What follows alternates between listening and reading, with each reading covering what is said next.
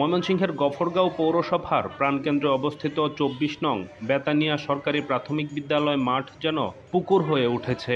বৃষ্টির পানি নিষ্কাশনের ব্যবস্থা না থাকায় জুলাই থেকে অক্টোবর পর্যন্ত ৪ মাস ব্যাপী এই মাঠে হাঁটু পানি জমে থাকে।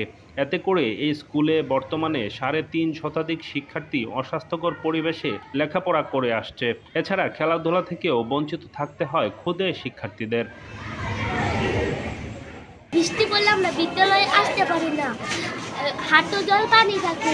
ভারী বৃষ্টি পড়লে ক্লাসে পানি ঢুকে। ভারী বৃষ্টি পড়লে আমরা খেলাধুলা করতে পারি না, শ্রেণীকক্ষে পানি ঢুকে আমরা ক্লাস করতে পারি না, আমাদের অনেক অসুবিধা। শিক্ষার্থী যখন ক্লাস করে তখন তার নিচে পানি থাকে সবসময়, হ্যাঁ, ৩-৪টা রুম পানির মধ্যে ডুবেই থাকে।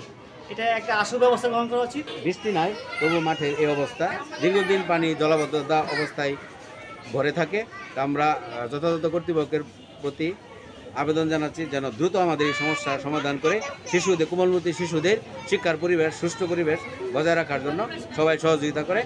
৪ বছর ধরে এই বিদ্যালয়টিতে এই অবস্থা বিরাজ করছে বলে জানিয়েছে বিদ্যালয়ের প্রধান শিক্ষিকা নীলিমা বেগম। বিদ্যালয়ে ৩৫০ শিক্ষার্থী আছে, ১২ জন শিক্ষক, ১ জন কর্মচারী আছে।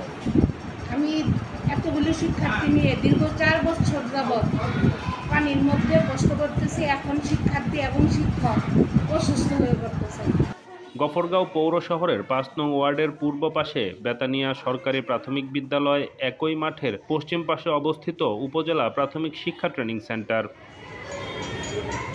ডেস্ক রিপোর্ট, নতুন সময়।